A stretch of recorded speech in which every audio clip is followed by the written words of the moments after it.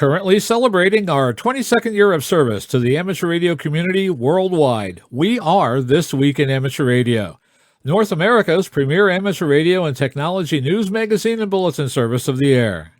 Here are the stories for release around the earth as we come to air with edition number 1148 of This Week in Amateur Radio.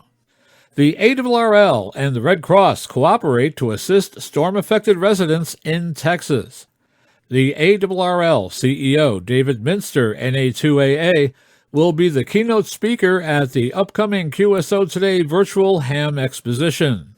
Fry's Electronics announces it's shutting down all of its stores, bringing to an end a 36-year run as a big box shop for technology. A Vermont amateur is finally able to construct his towers after a prolonged discussion with his town. A new emergency communication exercise is set for deployment in northern Florida. We will tell you all about it. Students in Colorado have a successful contact with the space station. We will have the story and also the audio from the contact. Wildlife outnumbers amateur radio participants during the VHF radio rally in Yellowstone Park. And an antique radio fan restores vintage radios for a museum he is starting in India.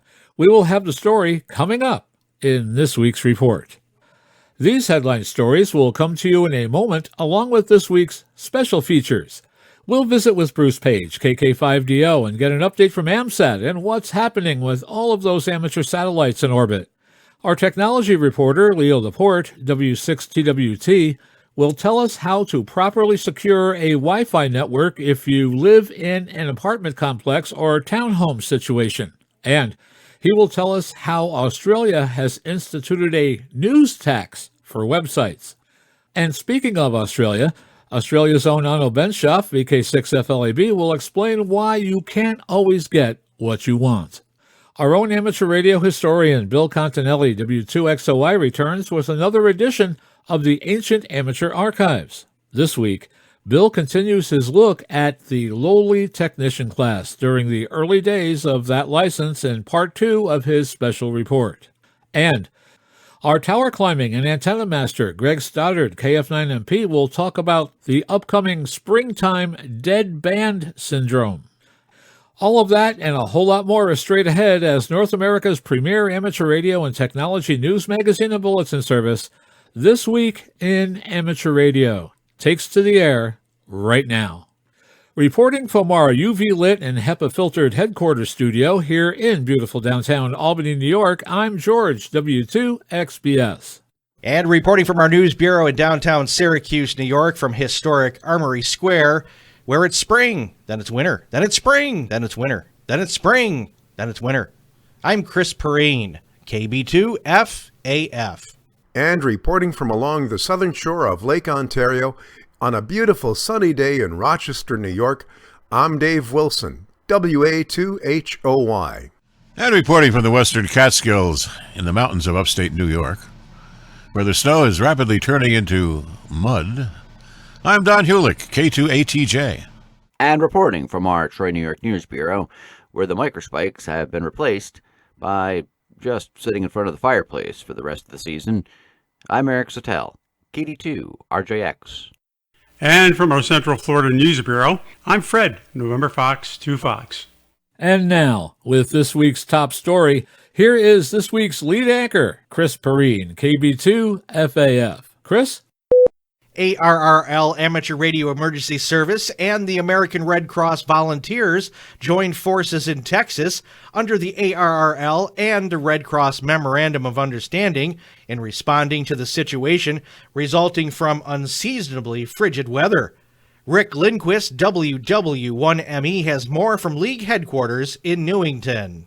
Kevin McCoy, KF5FUZ, said the Red Cross formally requested an ARES activation in Texas to address the effects of the natural disaster, which included a lack of drinking water, power outages, fuel shortages, and frozen plumbing.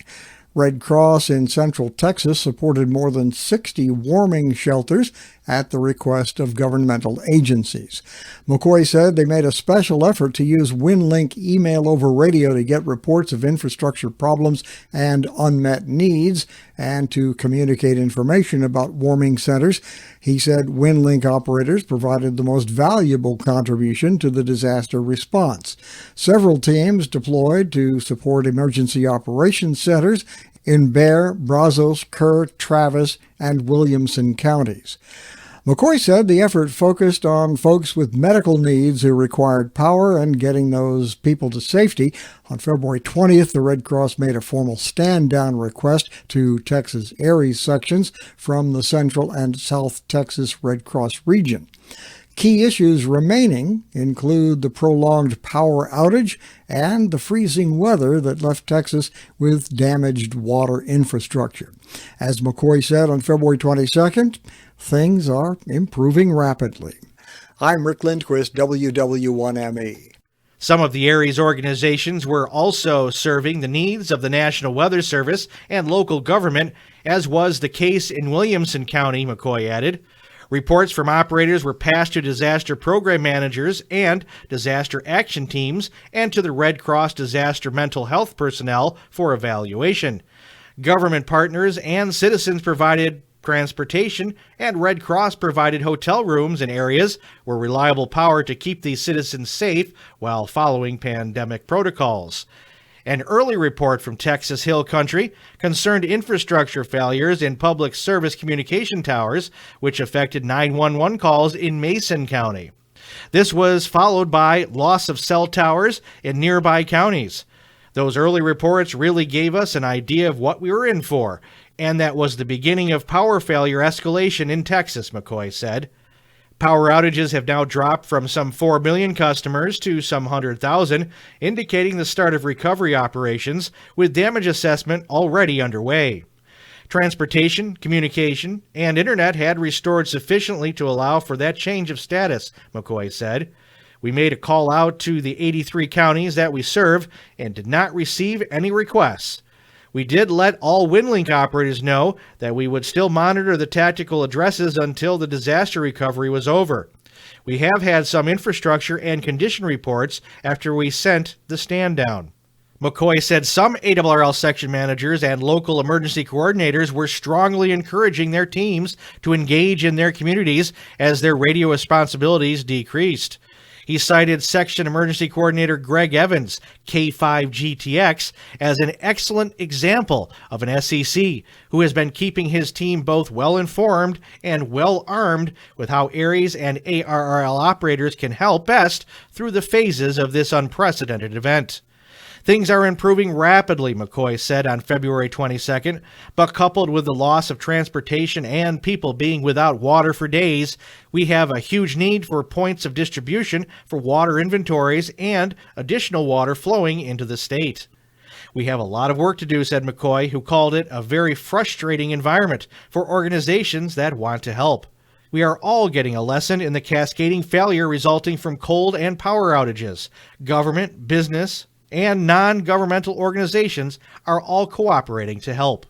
Now celebrating our 22nd year keeping the amateur radio community informed, you are listening to This Week in Amateur Radio, available worldwide as a podcast from our web at www.twiar.net. ARRL Chief Executive Officer David Minster, NA2AA, will keynote the QSO Today Virtual Ham Exposition March 13th and 14th weekend. With more details on the upcoming keynote address, we go to Rick Lindquist, WW1ME, who files this report from ARRL headquarters. Minster's talk, part of an 80-plus speaker lineup, will begin at 2000 UTC, that's 3 p.m. Eastern Time, on March 13th. His appearance will highlight ARRL's featured role at the Expo, which will also include an Ask the ARRL Labs session.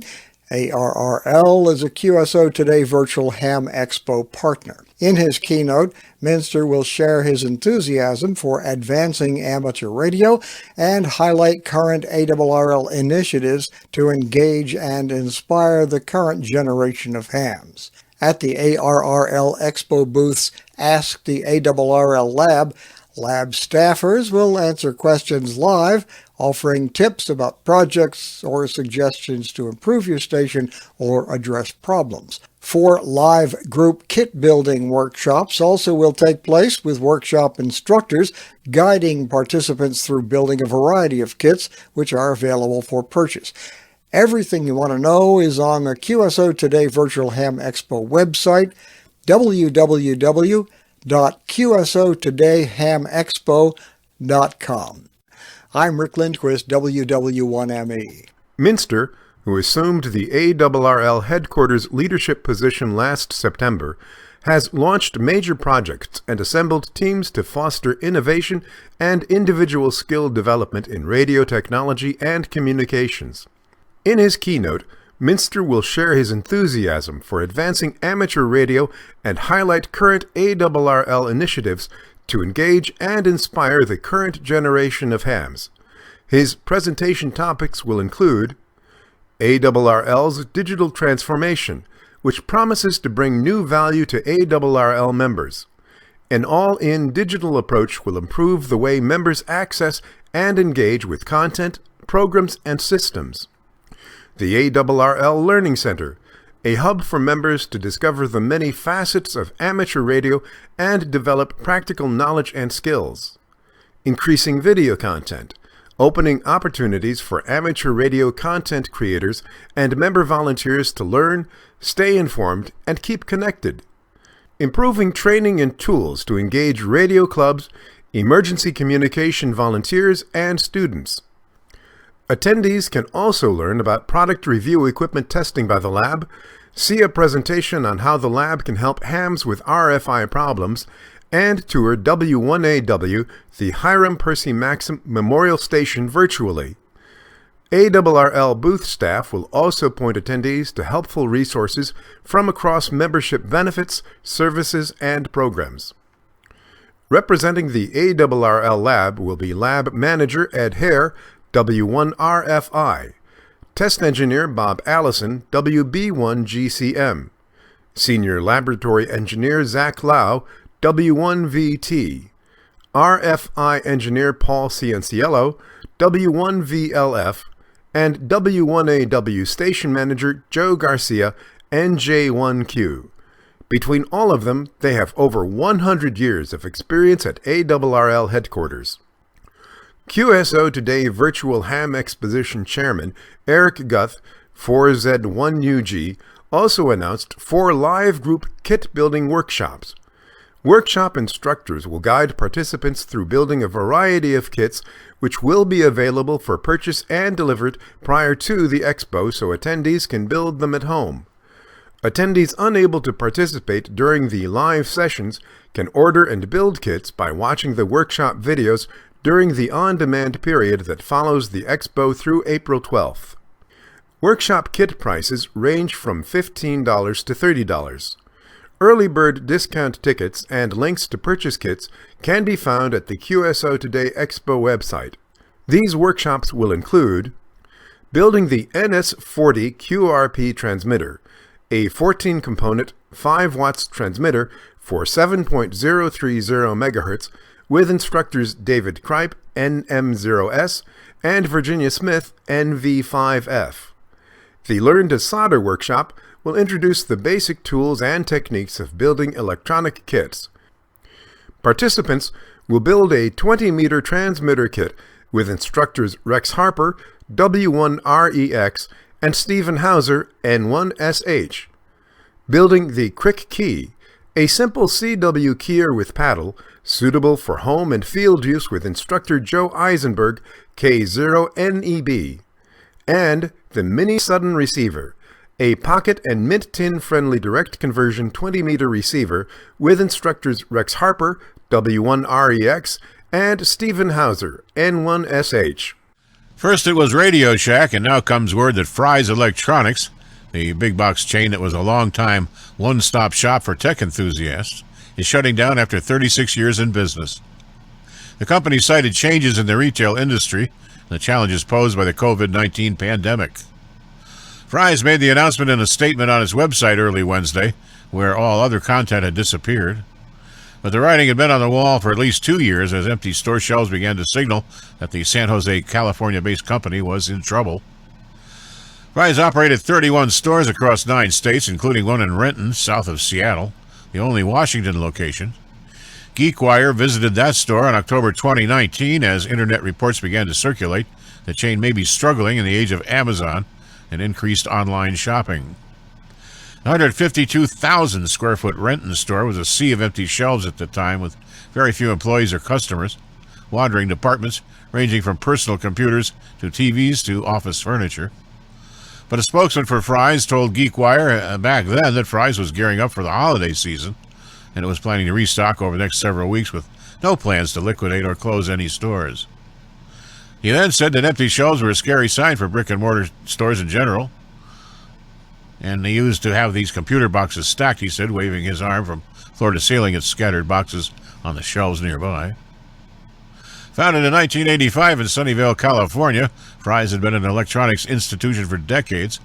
Once boasting on its website, it catered to the high-end tech professional and sold more than 50,000 electronic items. As rumors of the shutdown began circulating on Twitter Tuesday night, some shoppers shared their appreciation for the store's adherence to the bizarre theme approach to each store's decor. While the Renton store focused on regional history, others had elaborate displays tied to Egyptian history, Atlantis, the Wild West, the Gold Rush, and more. The company reported it will implement the shutdown through an orderly wind-down process that it believes will be in the best interests of the company, its creditors, and other stakeholders. The company ceased regular operations and began its wind-down process on February 24th, 2021. Zach Manganello, K1ZK, may well consider himself the recipient of a towering victory in every sense of those words. The longtime amateur spent the greater part of 2020 defending his proposal to install 2 radio towers on his property in a largely rural part of Vermont. Last summer, neighbors objected to his original proposal for the 84-foot towers, saying they were too high and were damaging to their views. Zach then downsized his plans and tried again. He even conducted visual impact tests, floating a balloon to simulate the height of the tower to ensure neighbors' views would remain unaffected. This month, the Telecommunications Review Board of the town of Shelburne granted Zach the right to go ahead with 2 towers, one at 40 feet and the other at 60 feet, both supported by guy wires. According to a report in the Burlington Free Press, the local board decided to give its support to Zach's tower project after being convinced that having backup emergency communications in the neighborhood was a local asset. The report said the panel was impressed as well by Zach's willingness to share the educational aspects of amateur radio with the greater community. All of this came as the hoped-for good news for Zach, a lifelong radio enthusiast since his childhood in Maine, and a ham since the age of 14. You're listening to This Week in Amateur Radio, available as a podcast at our website, www.twiar.net, and streamed worldwide via Spotify and iHeartMedia. The Amateur Radio Communications team of the Florida Baptist Disaster Relief has created a multi-site radio communications exercise dubbed Whirlwind Boom. The event is designed to bring together volunteers and local agencies across northern Florida and throughout the southeastern U.S. With more details on the upcoming drill, we go to WW1ME Rick Lindquist, who files this report from ARRL headquarters. The 2-hour drill set for March 19th is designed to bring together volunteers and local agencies across northern Florida and throughout the southeastern U.S. Invitations have gone out to amateur radio emergency service groups, county-level emergency managers, state communications experts, and federal SHARES HF radio program volunteers. The exercise scenario involves a swarm of tornadoes coupled with the terrorist bombing of the telephone system and large numbers of displaced residents seeking shelter. Only radio remains.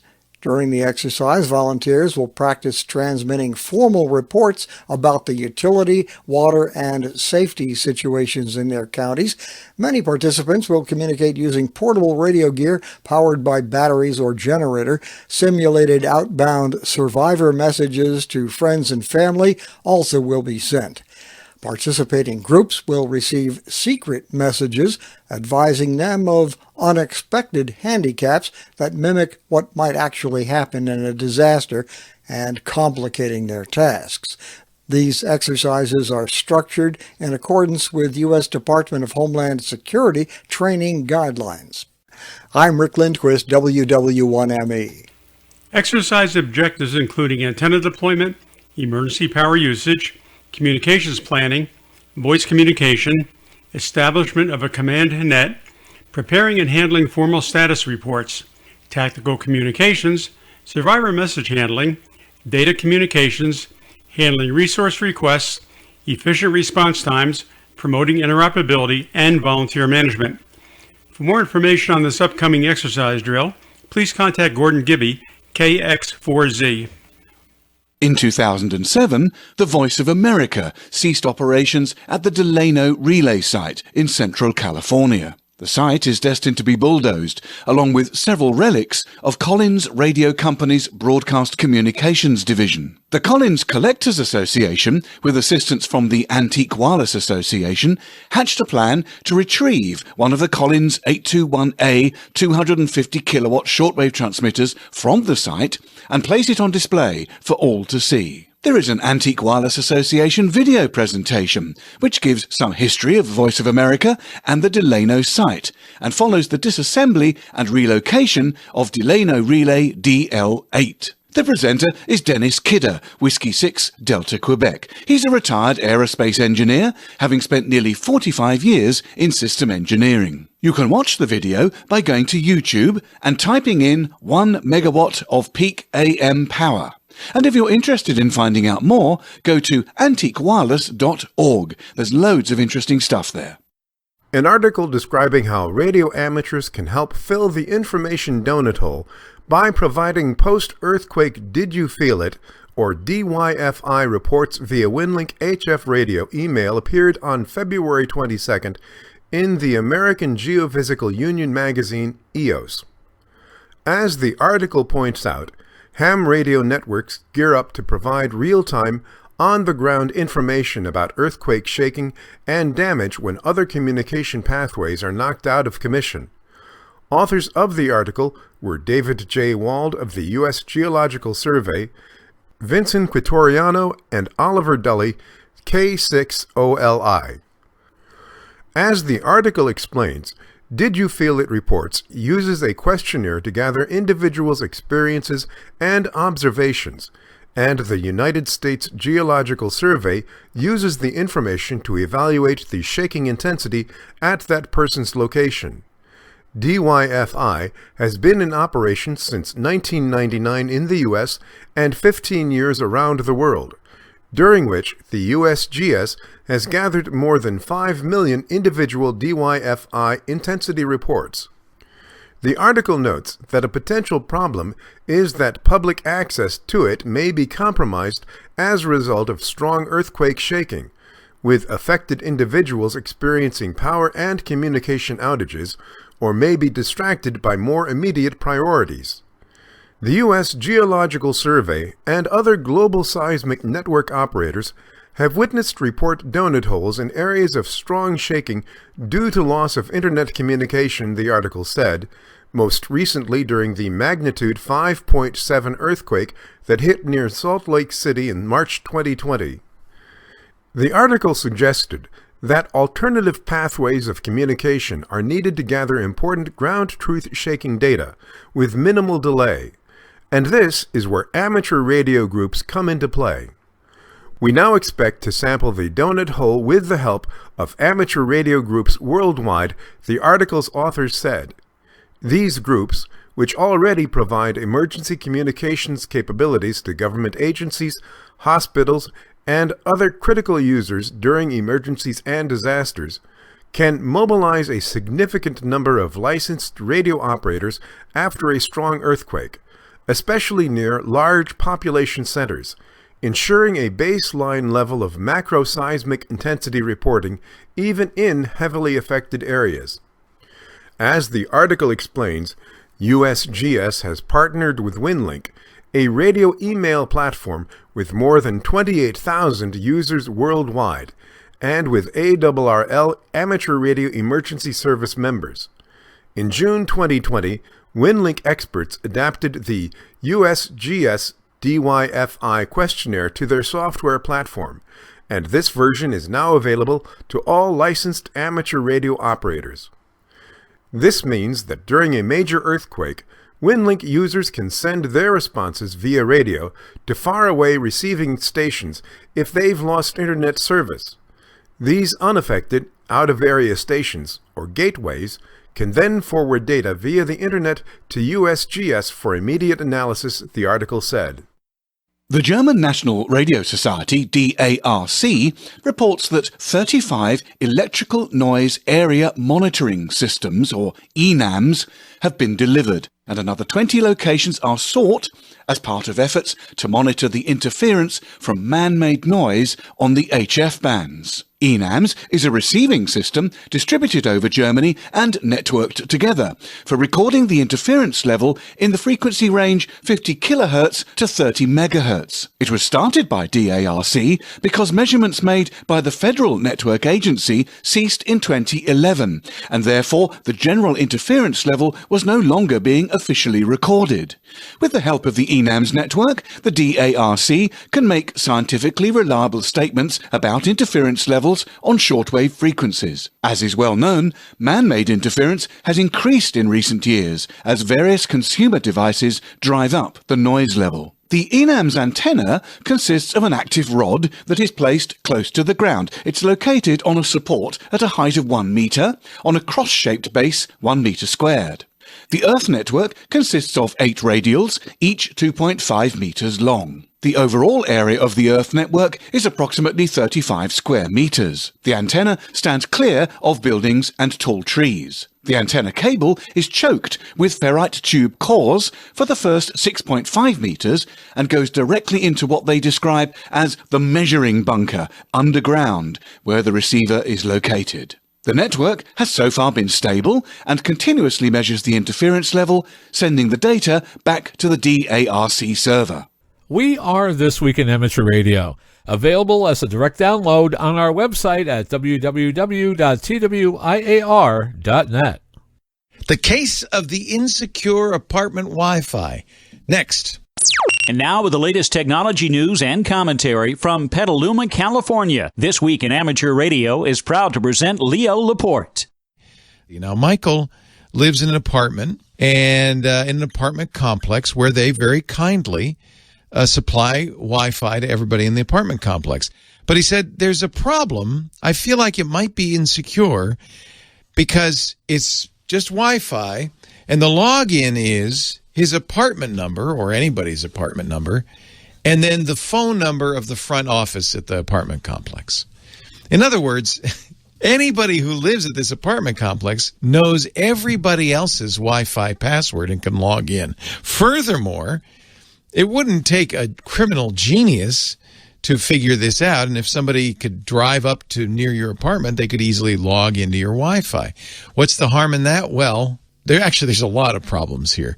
I guess the Wi-Fi traffic is encrypted because they're using a password. We're going to hope that the people who set this up, and I don't have a huge amount of confidence because this is kind of a goofy setup. I would hope that the people who set up used WPA2 encryption, so at least you'd need the login to get into that network. But once somebody's on your network, they can see you and they can see some of what you're doing, and more importantly, they could use that ability to attack you, to probe your weaknesses, and maybe figure out if there's some way to get stuff off your computer, things like that. It's a risky situation. It's not so very different from being on an open Wi-Fi at a coffee shop, frankly. The first thing I would do is go to the front office and say, hey, can I change my password? They may have it default to the office phone number because they assume you're going to change it. So that'd be the first thing I'd say. Can I change my password? Because I'd like to have something a little bit more secure. But even then, you are in effect on the shared network, and everybody else in the apartment complex is on the same network as you. If one bad apple lives at your apartment complex, and I bet somebody there's a bad apple, they could do bad things to you. This is why you need your own router. You have to use the router that they provide. You're logging into that when you use your login. But you should have another router in between your computers, your smartphone, anything you're using in your apartment on Wi-Fi, between that and the outside world. There are a couple of ways to do this. When I'm on an open Wi-Fi access point, I will generally use a travel router. And that's a little different than using a VPN. The idea of a travel router, a VPN, of course, encrypts your traffic and makes you a little bit harder to attack when you're on a VPN in a coffee shop, say. A travel router is even more difficult to attack because it's effectively a barrier, a hardware barrier between you and the rest of that network. Travel routers are designed to work on Wi-Fi access points. You can log into a captive portal like at a hotel where you have to sign the agreement, say, I'm only going to use this for the right things, and you put in your hotel room number and your last name. They're designed to be able to log into those, but then to route your traffic through the router. This is a fairly inexpensive one that I've used. A lot of companies make these. This thing actually has a great name. It comes from Wi-Fi Consulting in Washington, D.C. The website is tinyhardwarefirewall.com, and they call this one the Kadesh. All of their routers have names after famous military battles. I don't know why that is, but that's the case. This thing is kind of a cool device. As you can see, it has Ethernet ports, and I'll explain why. It can easily be powered via this USB, even directly from your laptop, or you can plug it into the wall. That's generally what I'll do. I'll get to the hotel or the cruise ship or the coffee shop, plug it in. I'll log into this via Wi-Fi, and it has a configuration interface that lets me say, here's the access point information. In your case, here's my apartment number and the phone number of the front office. And then it will log in, use that as its Wi-Fi, as its internet connection, and then you can either connect via Ethernet or even by Wi-Fi to this. This is going to provide a barrier. This company also offers a VPN and even Tor for privacy, so it's really kind of a cool little device. It's about $40 for the hardware, but in order to use this, you have to buy their service. You can buy something similar from companies that don't offer a yearly service cost, but tinyhardwarefirewall.com will give you some idea. So that's one way to do it. I'll tell you what Steve Gibson does. This would be probably for, the problem with something like this is it's designed to be portable, lightweight, low power. As a result, it's maybe not the fastest thing in the world. If you want full throughput, you probably want to look at something like this. This is what Steve Gibson recommends. This is from a company called Netgate, and it's a firewall appliance. It would work best if you had an Ethernet jack in your apartment you could connect it to. But you can do it with Wi-Fi with maybe some additional hardware to give it a Wi-Fi connection.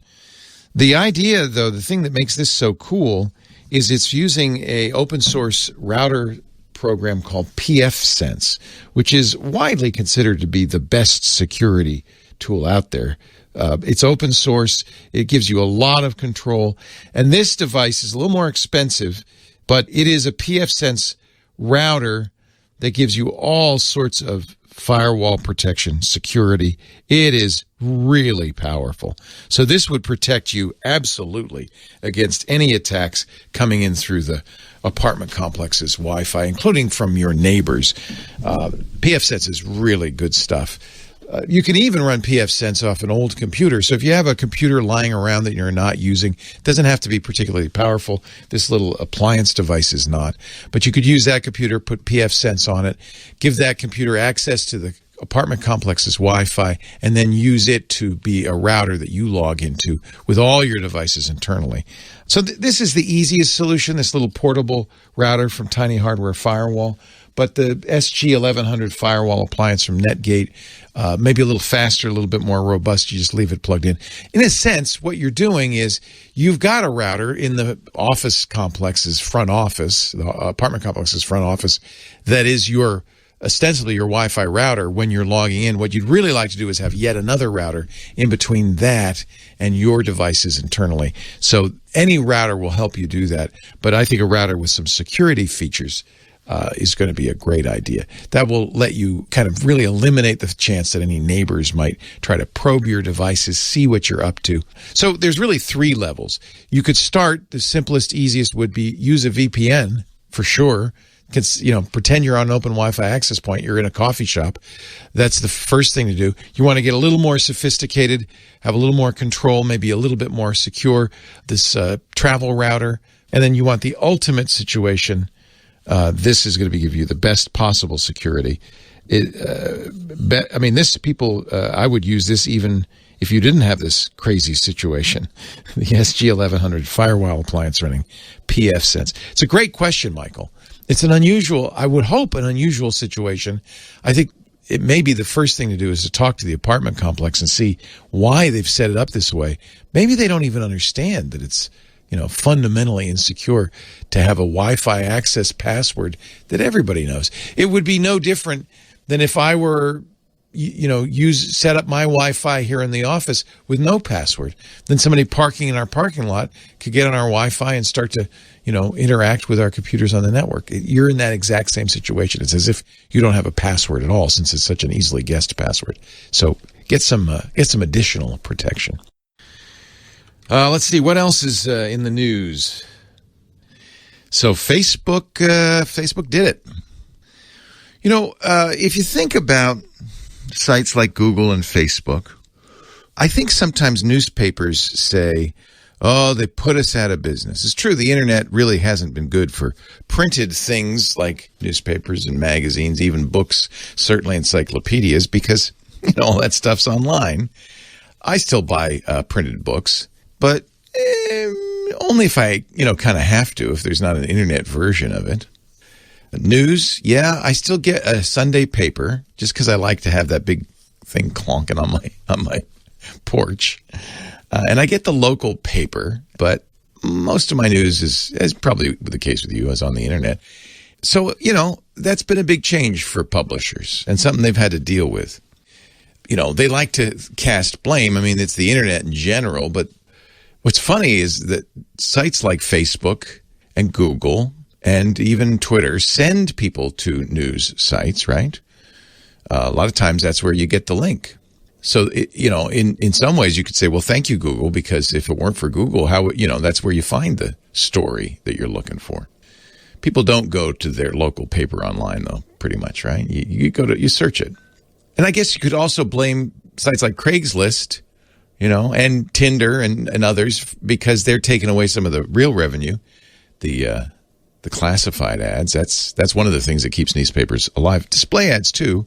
And, of course, while people still buy ads in newspapers, for the most part, I would say almost all ad sales have moved.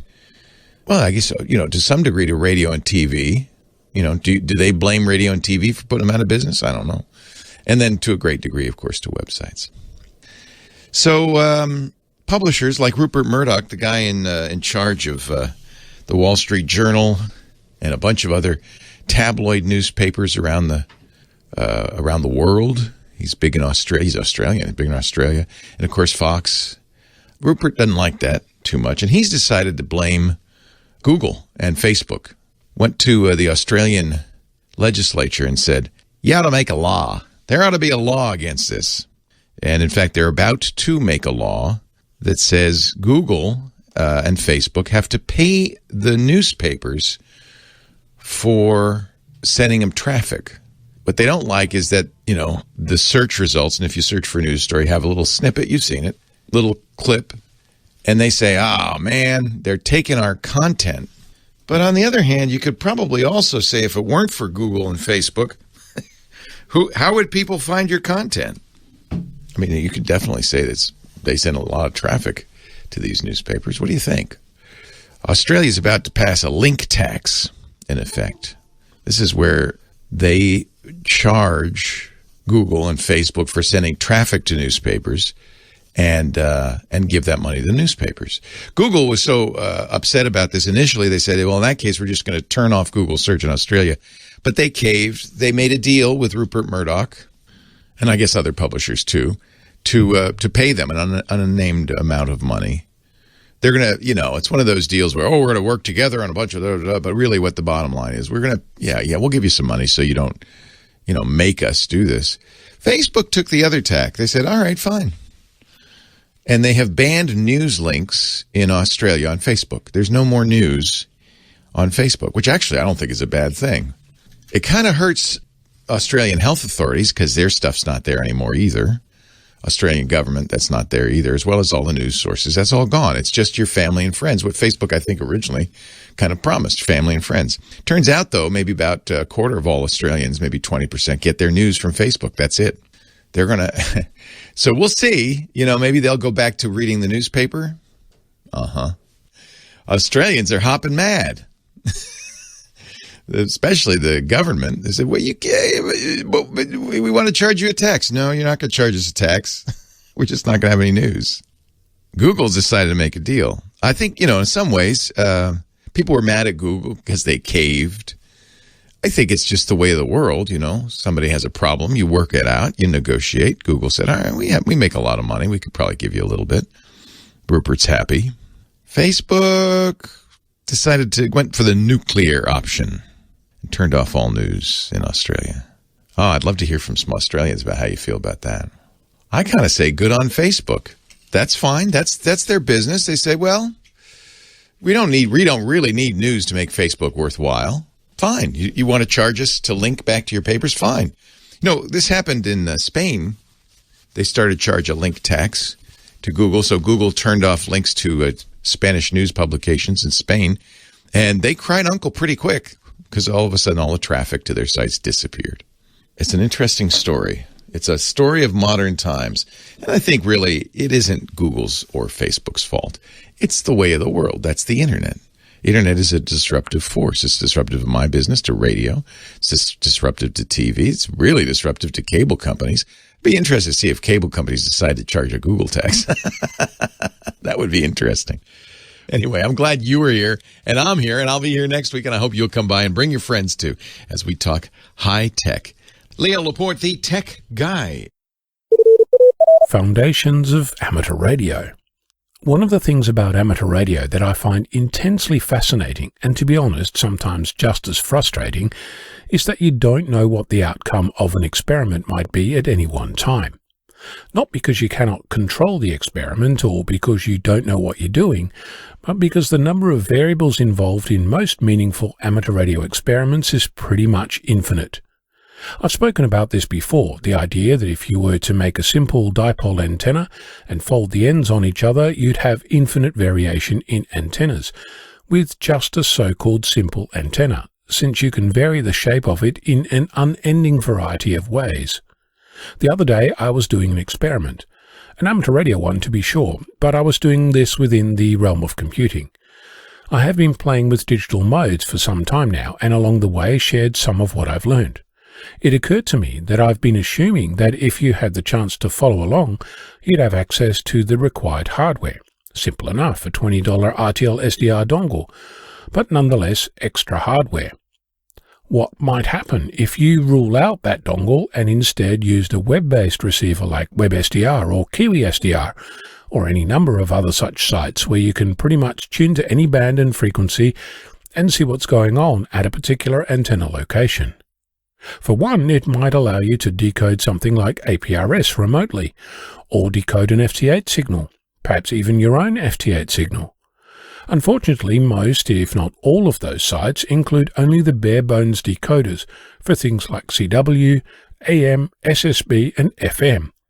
After that, you're pretty much on your own. You could do some funky stuff with a web browser, linking it via some mechanism to the tool you use to actually decode the sound, and there's some examples of that around. None that I really warm to, since it requires that I open a web browser, do the mouse-clicky thing, and then set up some audio processing stuff.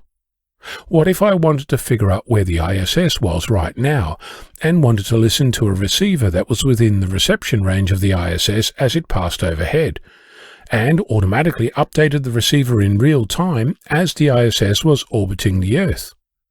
For that to happen, you'd need something like a command line tool that could connect to something like a KiwiSDR, tuned to the right frequency, and extract the raw data that you could then decode with something appropriate. Turns out that I'm not the first person to think of this. There's even a project that outlines the idea of following a satellite, but it hasn't moved anywhere. There's also a project that is a command line client for web-based QESDR sites, but after spending some quality time with it and its 25 clones on GitHub, I'm not yet at the point where this will work, mainly because the original author made a design decision to record data to a file with a specific name, and any clone I found thus far only allows you to define what name to use. None so far actually appeared to send their stream to something that can be processed in real time. Of course, I could record a few minutes of data and process that, but then I'd have to deal with overlap, missing data that spans two files, and a whole host of other issues, getting me further and further away of what I was trying to do, make a simple, web-based audio stream digital mode decoder. As the Rolling Stones put it, you can't always get what you want. And to me, this sums up our hobby in a nutshell. When you call CQ or go portable or test an antenna or attempt to build something new, there's going to be setbacks and unexpected hurdles. I think that it's important to remember that amateur radio isn't finished. It's not turnkey, no matter how much that appeals. You cannot find a one-size-fits-all solution for anything. Not now, not yesterday, and not tomorrow. This hobby is always going to test boundaries, not only of physics, but your boundaries. It's after all one giant experiment. So, next time you don't get what you want, you might try something you find and get what you need. Also, apologies to Keith Richards and Mick Jagger for butchering their words. A rock star I am not. I'm Ono, Victor Kilo 6, Foxtrot Lima, Alpha Bravo. After dealing with strict COVID safety guidelines and numerous schedule changes, STEM students from John F. Kennedy High School in Denver, Colorado, finally got the green light for their QSO with Commander Mike Hopkins, KF-5LJG, aboard the International Space Station on Wednesday, February 24th. The successful telebridge contact was arranged using a relay station in Portland, Oregon, with David Payne, NA7V, as the controller. The last ARRL attempt with a school failed to take place because of technical difficulties. During the 11-minute pass, students were able to ask 20 questions, ranging from the way COVID-19 has impacted space travel to whether any data collected done in space has helped in an emergency situation on Earth. In late 2019, the JFK School partnered with members of the Rocky Mountain Ham Radio and the Cherry Creek Young Amateur Radio Club, who mentored the students on the use of amateur radio communications to prepare them for the ARRL contact. Here is what their contact sounded like with the space station. November Alpha 1 Sierra Sierra from November Alpha 7 Victor for scheduled contact. November Alpha 7 Victor, this is November Alpha 1 Sierra Sierra. I'm reading you loud and clear. How may? Over. All right, reading you clearly. Are you ready for questions? I am ready for questions. Over. Okay, school, let's go. Question for Candace. How do you find time to do personal hygiene when you are so busy doing research and experiments? Over. Hey, Candace, thanks for the question, but first I want to say hi to the whole JFK High School. In terms of hygiene, we actually get time after we wake up and time before we go to bed to do hygiene. And one of the rules we always have up here is in order for us to do the science, the research, the experiments, we need to take care of ourselves. And that means eating, drinking, exercise, and also the personal hygiene. Over. Hi, this is Jenny. Does a carbonated beverage, once opened on the ISS, stay carbonated for the same amount of time as it does on Earth? Over. That's an interesting question, Jenny, and I don't know the answer to that. The pressure inside the space station is the same as what it is down on Earth. So theoretically, I don't think it would necessarily be any different. On the other hand, fluids behave much differently up here, and so we can't just open a beverage like that because it would go everywhere. Over. Hi, this is Clarissa. We recently learned that each astronaut eagerly awaits a special package from Earth. What is it that you look forward to most? Over. Hey, Hey, Cole, that's a great question because we just had a couple of supply vehicles that arrived this week with some of those special packages, and you always look forward to having something from your family, but one of the things we all are eagerly awaiting is some fresh food, including fresh fruit. In fact, right before I started this, I had a little bit of an orange, and it was fantastic. Over. Hi, this is Nicole. Are there any environmental sensors like weather, fire, soil, ocean that you monitor or track as part of your daily work? Over. In general, for the astronauts, we're not doing that on a daily basis. However, when there are natural disasters like floods or fires, they may ask us to take pictures of it as we go over, and that's how we would monitor it. Over. Hi, this is Emily. What is the most physically demanding task you have to do in space? Over. Hey, Emily, one of the most physically demanding things is just the normal exercise that we do. It is good exercise. It helps prepare you for when you come back home to Earth. But then also spacewalks are pretty demanding. And so we just did a couple of those a couple weeks ago. Over.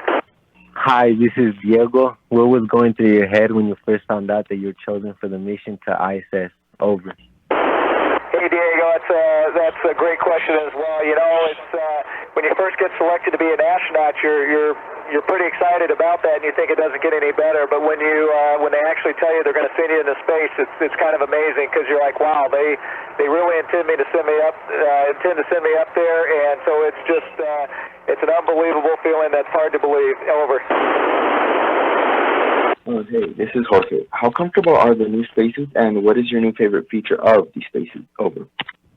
Anyway, the spacesuits, when we wear them, like with the SpaceX spacesuit, it's pretty comfortable when you're just walking around in it and you're sitting in the seat. When it becomes less comfortable is when it actually has to do its job, and that's to keep you alive if we should have a depress event. And then it kind of blows up and it gets very stiff, and it's not easy to move around in. But that is my favorite feature of that spacesuit is that if anything goes wrong during the launch or the landing, that's going to help keep us alive. Over. Hi, this is John Yan. Do you have to monitor and/or ration your water while in space? Over. Hey, Johnny Ann, no, we do not. In fact, most of our water comes from us. It comes from our urine, and we recycle that water. And so I think we're in the 80-90% somewhere around there that we're able to recycle. And so we don't have a ration, and we drink and use it for our food as much and hygiene as much as we need to. Over. Hi, this is Aaron. Have you ever performed a medical procedure or administered first aid to another astronaut? Over. Hey, Aaron, fortunately not, but that's a great question because we actually get trained as medical officers, even if you don't have that formal training as part of your background. I'm actually not one of those medical officers on board, but the three crewmates I came up with, Victor, Shannon, and Suichi, all are trained as medical officers. Over. Hi, this is Bo. How do you relieve stress when on the space station? Over.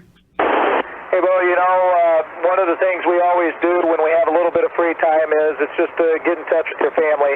And so that's one of the things I like to do. And then the other great thing is, I'm staying in SpaceX Crew Dragon Resilience, and it has windows. And so when I'm in my crew quarters and I'm talking to my family, I actually get to not only relieve stress by talking to them, but then I'm also looking down at the world as it goes by. And that's a great feeling as well. Over. Hi, this is Jared. When you're sleeping in your bag, do you feel like you are floating or do you anchor yourself down? Is this comfortable? Over. Yeah, Jared, sleeping is a little bit different up here. If you've had a long day and you remember and you're really tired and you lay down, it feels really good to just kind of get the load off your feet. Well, up here, we never have a load on our feet, so you never get that kind of same sensation. So it does always feel like you're floating a little bit, even though you kind of strap yourself down in your sleeping bag. Is it comfortable? Yeah, it's pretty comfortable. Not too bad at all. Over. Hi, this is Anicia. When in space, do you take special precautions regarding safety during a spacewalk? Over. Yes, that's the most important thing we do when we go out on a spacewalk. And so we always have to be attached by 2 points.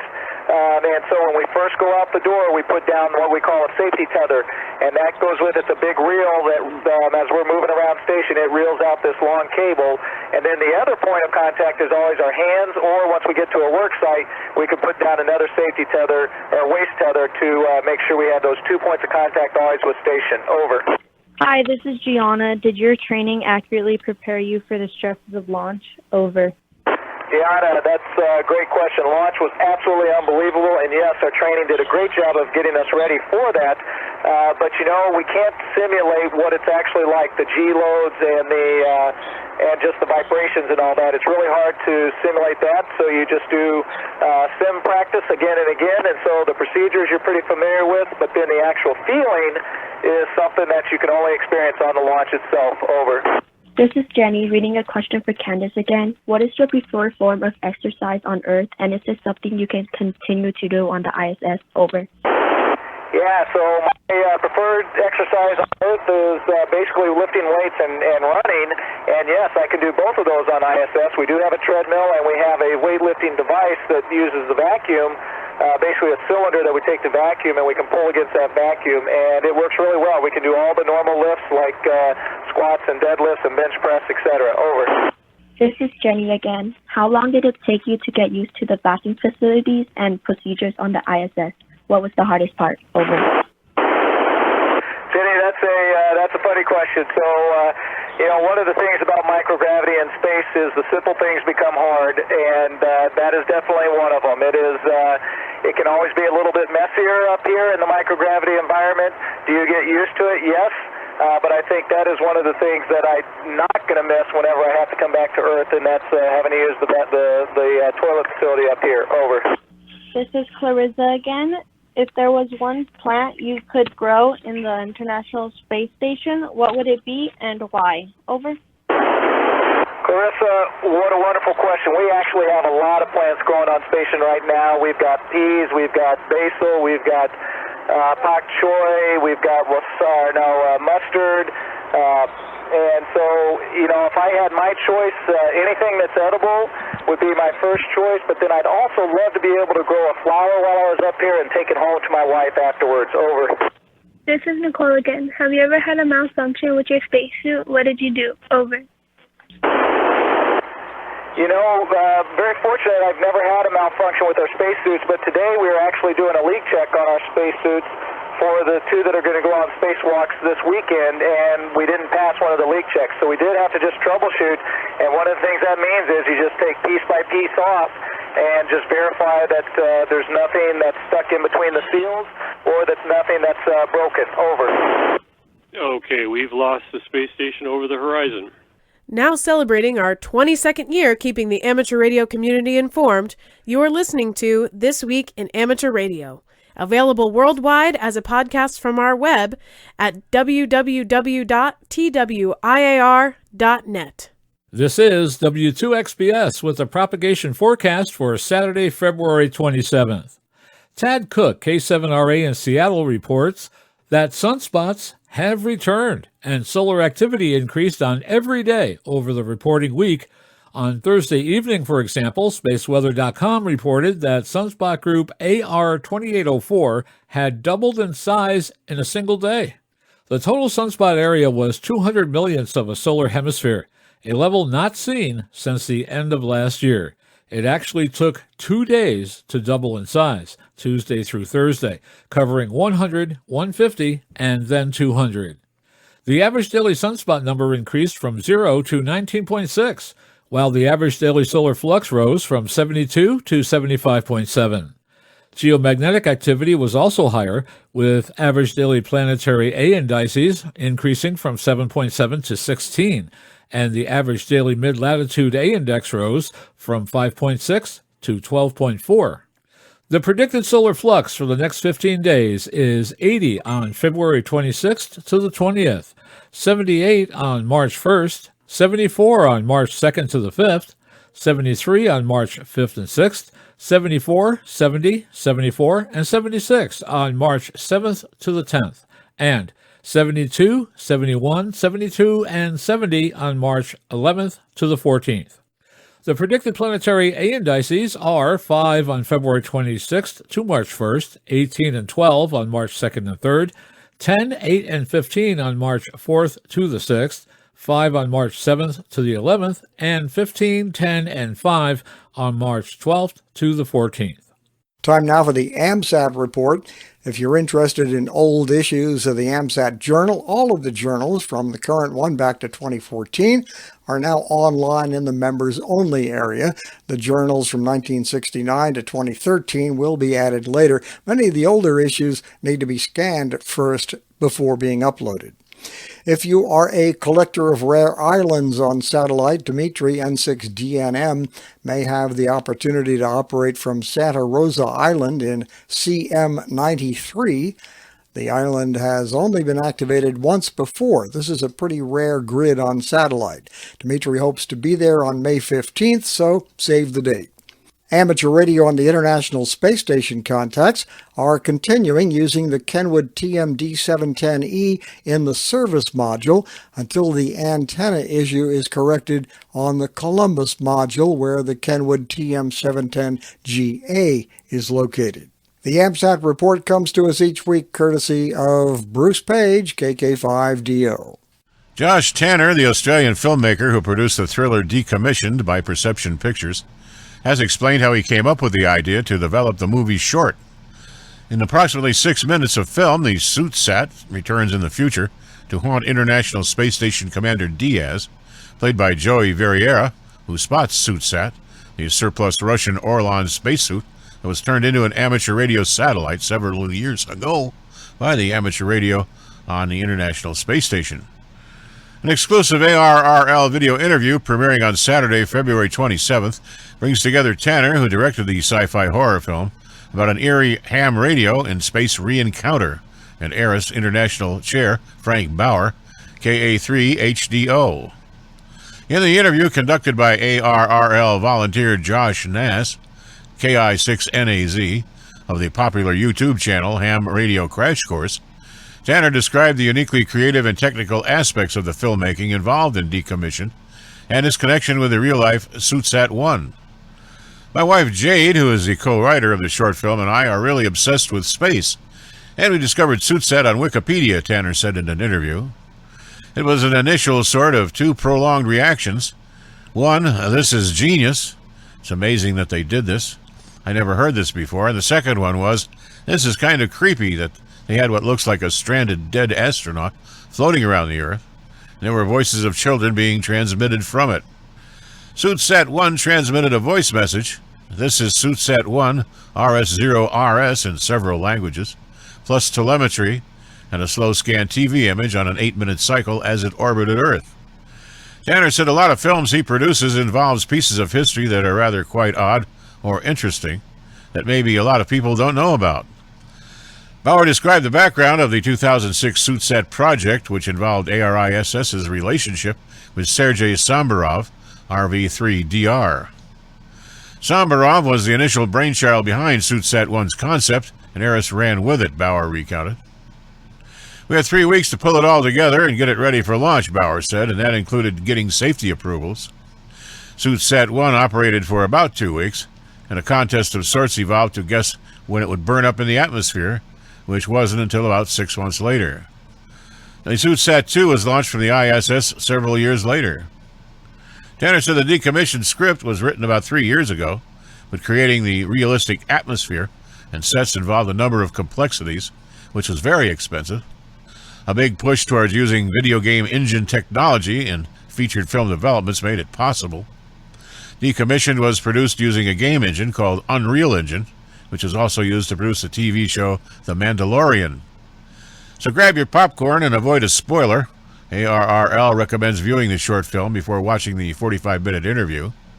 The interview premieres on ARRL's YouTube channel Saturday, February 27th at 1600 UTC. ARRL reminds interested schools and educational organizations in the U.S. that the latest window to submit proposals to host scheduled ham radio contacts with an ISS crew member opened on February 15. Contacts would be scheduled January 1 through June 30th of 2022. Proposals are due to ARRS by 0759 UTC on April 1. In the U.S., ARRL is a partner in the ARRS program, along with AMSAT, NASA, and the ISS National Lab, which has kept amateur radio on the air from the International Space Station for 20 years. Hams throughout Australia are being asked to weigh in on a fundamental license change being contemplated there, as the Australian Communications and Media Authority seeks input on whether to replace amateur radio operators' apparatus license with a class license. The Wireless Institute of Australia has asked for feedback from members and other interested amateurs. The WIA's formal polling opens this week. The Australian Communications and Media Authority has stated that it would like to see the class license established. The license would be available without a fee and would not change any amateur privileges, but it would no longer ensure protection against interference. Wireless Institute of Australia President Greg Kelly, VK2GPK, wrote members calling the proposal a non-trivial change, saying it is a long-range impact on amateur radio in Australia. In 2004, the ACMA's predecessor, the ACA, did not implement a proposed move to such a license. The Australian Communications and Media Authority supports the change, however, saying it hopes to reduce its regulatory burden and make costs more bearable for licensees. The Wireless Institute of Australia poll is available to all radio amateurs in Australia on the internet. CNET reports that SpaceX Chief Executive Officer Elon Musk said on Monday that his company's satellite internet service, Starlink, will offer speeds close to 300 megabits per second later in 2021. That's roughly twice as fast as currently advertised and would represent a significant step forward for the service as it seeks to deliver high-speed internet to underserved regions across the globe. Musk adds that the growing network of satellites should offer complete global coverage by next year. The tweet came in a reply to a customer posting their at-home speed test results with a newly installed Starlink connection. Latency, a measure of how long it takes your internet signal to travel to space and back, will also drop to around 20 milliseconds this year, Musk added.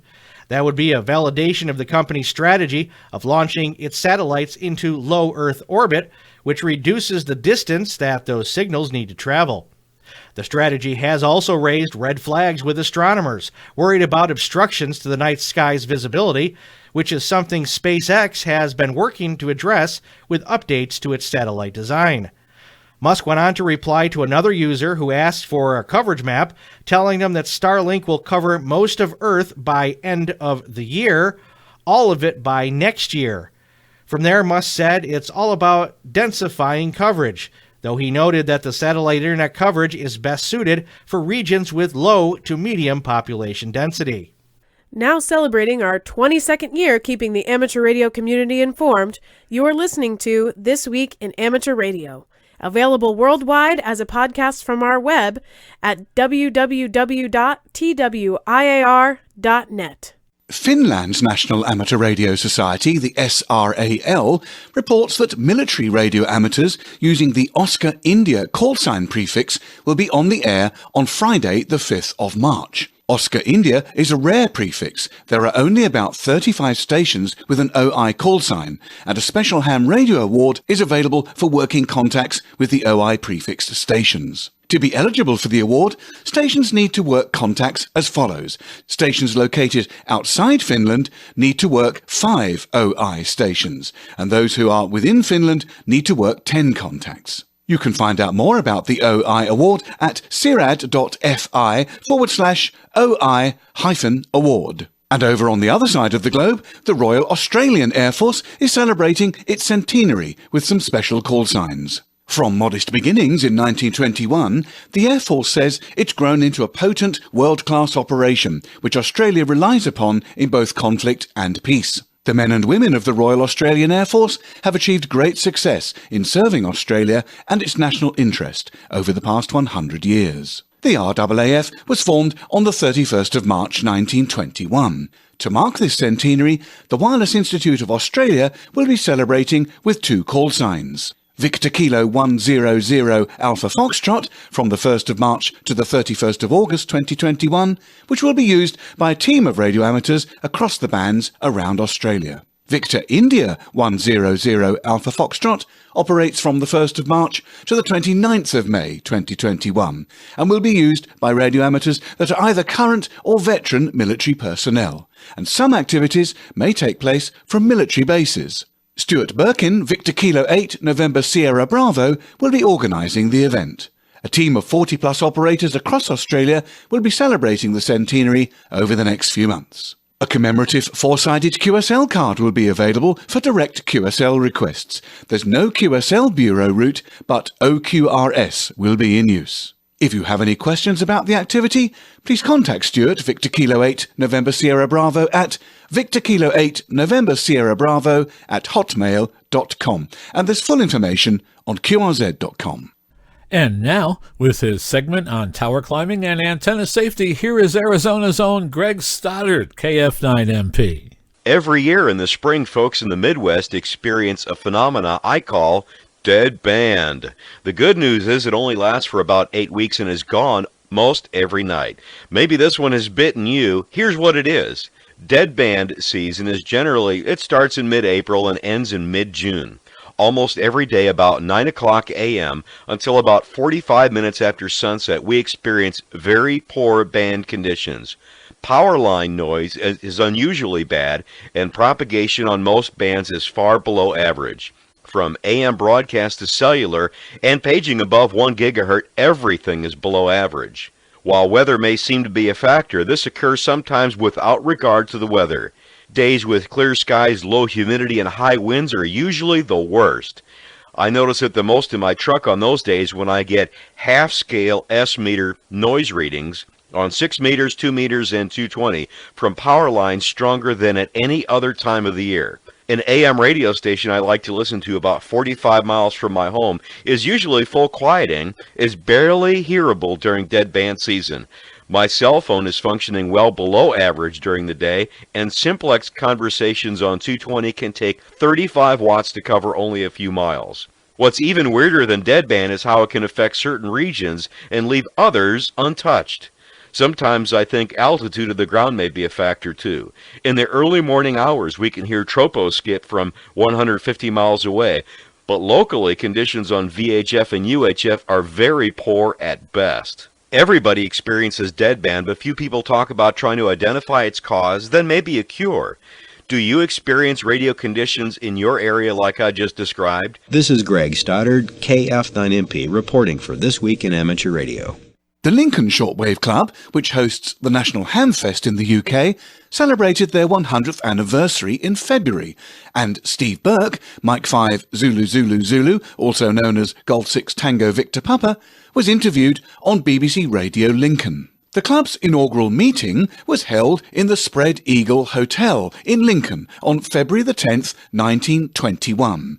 11 people attended, and it was agreed that the group would be known as the Lincoln and District Wireless Society. 2 years later, in May 1923, they held an exhibition in the city school. The event was open to the public for 3 days and attracted 322 visitors. The interview was broadcast on Wednesday, February the 17th, on BBC Radio Lincoln's Breakfast Show. A recording is available on BBC Sounds. You should fast forward to 1 hour, 17 minutes and 49 seconds into the show to hear it. More details from the Lincoln Shortwave Club, www.g5foxtrotzulu.co.uk. Radio communication needs language as much as it needs good equipment in the shack, and now many of the languages of amateur radio are more accessible than ever. A guidebook written 40 years ago by two brothers in Finland, Jukka, OH2BAD, and Mika, OH2BR, has been converted into an online interactive guidebook with the brothers' permission. Reza, R1BIG, a popular YL in Russia, well known for videos of her amateur radio journey, said recently that she and a friend who is an IT specialist created the online guide over the course of the past few weeks. She said she was inspired by the brothers' original handbook entitled The Radio Amateur's Conversion Guide, which Jukka had shared with her 2 years ago. With one mouse click, you can now read and hear almost 200 ham radio phrases. 8 languages are available on the site, and more are in the works, including the next one, Polish, being recorded by Darek, SP3TLJ. Reza herself recorded the Russian language entries, and Peter, M0PSX, is working on the new version of the English language sound files. Although English is still the predominant language heard on the bands, imagine being able to call CQ 20 meters and ask, "Where did you get your first license?" in Japanese or German. You can find the guide on the internet. Meanwhile, amateur radio operators in India, Bangladesh, Indonesia, and elsewhere checked into a special 90-minute friendship net held on the 21st of February, marking the UN's declaration of International Mother Language Day. The more than 100 check-ins came throughout Asia as well as Mexico, Ukraine, the United States via Echolink, while those in Kolkata, India region connected through the local VHF repeater. The net had been organized by the Amateur Radio Society of Bangladesh and the West Bengal Radio Club as a celebration of cultural and linguistic diversity. The United Nations created an International Mother Language Day in 2000 in the hopes of fostering multilingualism and general appreciation for other languages. Plans remain up in the air for the Youth on the Air in the Americas Summer Camp, tentatively set for July 11th through the 16th in Westchester, Ohio. We know the changes in the pandemic status between now and July will have an impact on our decision to host the camp. 2021 Youth on the Air America's Camp Director Neil Rapp, WB9 VPG, said. At this time, we're still hopeful that hosting the camp safely, July 11th through the 16th of 2021, will be possible. Should we not be able to host the camp, we'll let everyone know with as much notice as possible and postpone it till 2022. Our plan is to make the final decision in the month of April. Registration will continue until February 28th for campers accepted to the camp for the 2020 session to attend in 2021. At that point, Rapp said he'll evaluate how many positions remain for additional campers from across the Americas to fill in the roster of 30 campers and take applications in March for the remaining slots. We're also looking at an operating event in the summer, Rapp said. Stay tuned. Amateur radio's volunteer space weather watchers have been getting some recognition from the pros lately. A February 9th article in EOS Earth and Space Station Science News gives a respectable nod to the Space Weather Sensor Network created worldwide by Ham Radio Science Citizen Investigation, or HAMSCI, a collective created by Nathaniel Frizzle, W2NAF. The article praises the crowdsourced data hams are able to collect from radio signals, as those signals are influenced by changes in the ionospheric propagation.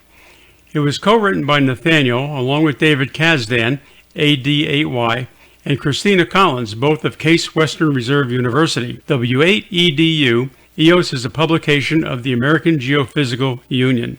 The authors discuss how hams monitor what responses the Earth's atmosphere has to different solar activity and the activity's impact on telecommunications and electrical utilities, among other things. The article advocates increased reliance on what hams and their amateur stations can offer. They wrote, with open source instrumentation cheaper and more plentiful than ever before, the time is ripe for amateur scientists to take distributed measurements of the ionosphere, and the amateur radio community is up for the challenge.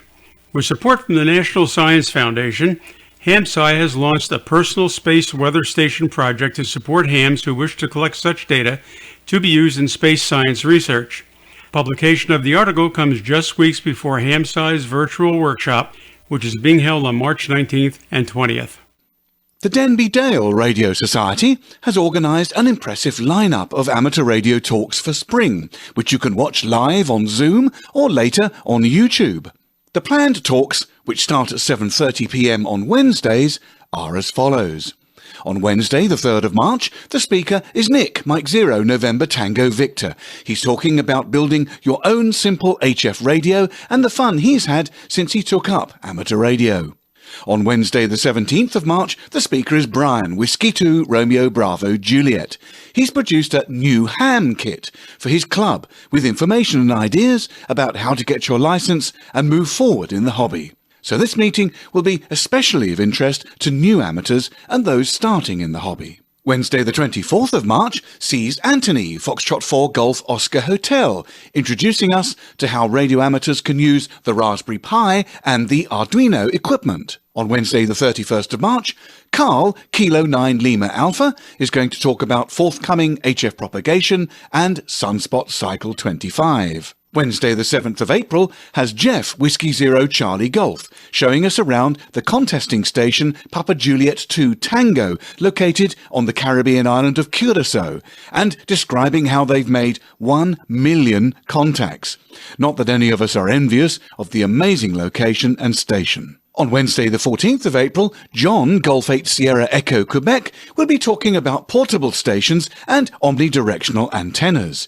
Appropriately in Yorkshire, with its huge coal mining history, John started his working life in that industry. Wednesday, the 21st of April, has John, November Uniform 0 Victor, describing his homemade DC polarity checker, which he's built for use in the shack. At some stage, all of us will accidentally connect our DC supply to a radio the wrong way round, and more than likely, that can destroy the equipment. On Wednesday, the 5th of May, Mike, G4 Whiskey November Charlie, will talk us through setting up the ZumSpot USB digital hotspot to connect your VHF and UHF digital radio to the digital networks available to radio amateurs. If you want to join any of these talks live, the Zoom meeting ID is 842-5221-3056. And videos of earlier talks can be reached by going to YouTube and typing in Denby Dale Radio Club.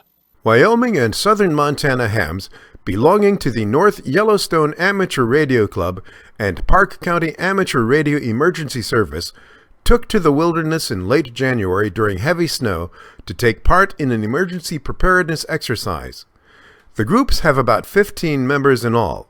Many more bison and elk roam the roads than do hams. The critical winter duty for North Yellowstone radio amateurs is deployment to remote locations of winter emergencies.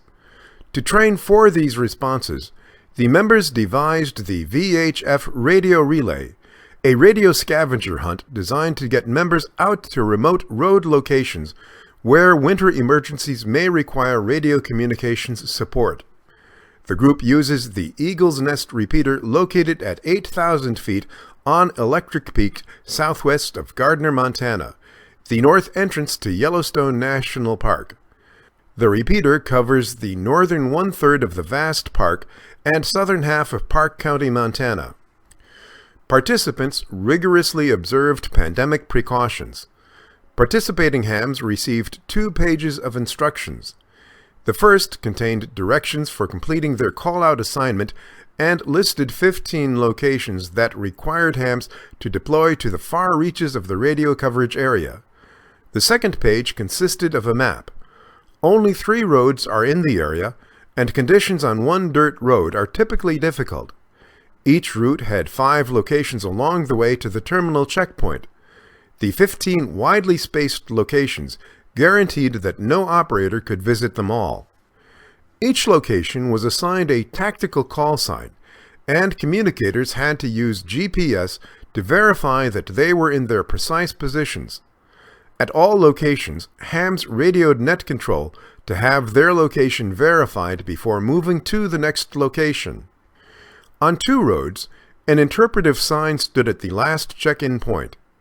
Participating hams had to call in from the sign and were given instructions on how to find a code word hidden on the sign to verify their location. For example, the 7th word in the 3rd paragraph, and relay it to net control. Each participant had a different code word. Locations were chosen so that hams needed to plan their route strategy, ideally before leaving the starting point, where odometer readings were recorded. Directions included a safety warning about bison and elk on the road, and bad driving conditions due to snow. All departed at 9 a.m. and were to be back at the starting point at 11:30 a.m. A prize was awarded to the ham who visited the most locations with the lowest mileage. First place went to Doug McCartney, K7GRZ, and second place to Reeve Carberry, KX4LZ. Jim Halfpenny, K9YNP, served as net control. Here is this week's listing of upcoming ARRL Learning Network webinars, which, as a reminder, are a members-only benefit. To register, check on upcoming webinars, and to view previously recorded sessions, visit the ARRL Learning Network webpage. Talking to Astronauts, an elementary school's exciting ARRS experience, hosted by Diane Warner, KE8HLD. This is a story about Talmadge Elementary School's participation in a once-in-a-lifetime amateur radio on the International Space Station School Contact. The excitement of the entire experience was shared not just by the students, but included faculty, parents, the community, and local amateur radio operators. You will also learn how to begin the process of submitting your own ARRI's contact proposal. This webinar is scheduled to be held on Tuesday, March 2nd, 2021 at 1 p.m. Eastern, that's 1800 UTC. Technicians, Life Beyond Repeaters, hosted by Anthony Lucier, K8ZT. This presentation takes a new look at the possibilities available to technician class operators beyond repeaters. Explore Tech HF and 6-meter privileges for SSB, CW, and digital modes such as FT8, RTTY, and PSK31 to expand your operating modes and your station's outreach. Explore other VHF and UHF uses, including SSB, satellites, FM simplex, digital modes, contesting, and more. You can tune in this webinar on Tuesday, March 9th, 2021 at 1 p.m. Eastern, that's 1800 UTC. The Art and Science of Operating Ultra Portable with Mike Molina, KN6EZE. Whether for SOTA, POTA, backcountry survival, or just spending time in nature, learning how to operate ultra portable is a fun and rewarding experience. In this presentation, Mike, KN6EZE, will cover the basics of ultra portable operating for both the new and experienced ham radio operator. You can unearth this webinar on Tuesday, April 6th, 2021 at 8 p.m. Eastern, that's 0000 hours UTC on Friday, April 7th. Originating from Albany, New York, and distributed worldwide, you are listening to This Week in Amateur Radio. What about a radio shaped like a globe, a 1955-made model that retailed for 9,000 rupees in India at the time? Or what about a Crown talking machine, which was made in 1907? Well, an article in the New Indian Express newspaper reports that these and 100 other unique radio sets, of which 80% are in working condition, can be seen at the newly opened Shortwave Radio Museum and Knowledge Centre. The museum, located in Basaveshwar Nagar, is the brainchild of 56-year-old Uday Kalburgi, whose love for radio began way back when he was 9 or 10 years old. The telecom engineer said, "I've listened to them since childhood, and now I want to showcase this bygone technology to today's younger generation." He has dedicated an entire floor of a 4-story building, a space of some 600 to 800 square feet, to his museum. Each radio set carries a short note with its name, country of origin, and description. The museum opened on February the 13th, World Radio Day, and has already seen visitors who share a keen ear for these vintage pieces. For Uday, what started with merely listening to radio eventually led to collecting different sets, repairing them, and now restoring them too. The lockdown played a role as well, with the radio lover getting many calls and requests for radio restoration, some even from distant parts of India such as Gujarat and Mizoram. One person wanted an old set repaired for his father's birthday, who started collecting sets after TVs became a mainstay in the 80s. While neatly lined up on shelves in the museum today, these sets initially took up different nooks and crannies of Kalburgi's home. My family used to tell me I might pick up some bad luck after associating with these old sets, but for me, the passion and joy I felt was greater, he said. His love for radios seems to have been noticed more widely too. "Either I go in search of radios, or they find me," he said. As a case in point, he acquired a Philips BX998A radio weighing 27 kilograms from a man in Mumbai.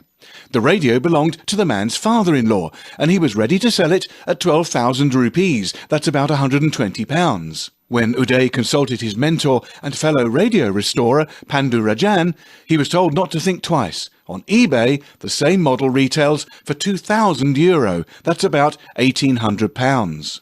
Many sets come with stories like this, including the Pilot G744, which was gifted by the Travancore royal family after it was restored for them. While this may be a project of passion, it's also one that is taken seriously, especially when it comes to restoring radios to almost the same state as they were in when they were first produced. Kalburgi is an active member of radiomuseum.org, which he jokingly describes as a forum for other madmen like me. On their website, you can find a repository of information about radios and spare parts. I usually get 2 to 3 replies within 30 minutes of putting up a post, he said. The beauty of the Internet is that it helps maintain the technology of a bygone era. You can read more at newindianexpress.com. Many of the news and information items heard on This Week in Amateur Radio have been provided by the American Radio Relay League, the ARRL Letter, the ARRL Audio News, the Southgate Amateur Radio News Service, Southgate Vibes, AMSAT, the Radio Amateurs of Canada, the FCC, the Radio Society of Great Britain and Ofcom, the SARL, the International Amateur Radio Union, the Wireless Institute of Australia, the Amateur Radio Newsline, the International Telecommunications Union, and various news sources on the Internet. This Week in Amateur Radio is heard on nets and repeaters all across North America and around the world on great repeater systems like the KD5 DMT 145.290 and 443.025 MHz repeater system in Centerton and Garfield, Arkansas. Owned and operated by the Benton County Radio Operators Club, serving Northwest Arkansas, Southwest Missouri, and Northeast Oklahoma. This Week in Amateur Radio is produced by Community Video Associates Incorporated. Now, for the staff of This Week in Amateur Radio, this is Jeff Ronner, WB2AEQ, saying 73 until next week. This Week in Amateur Radio is copyright Community Video Associates Incorporated. All rights reserved.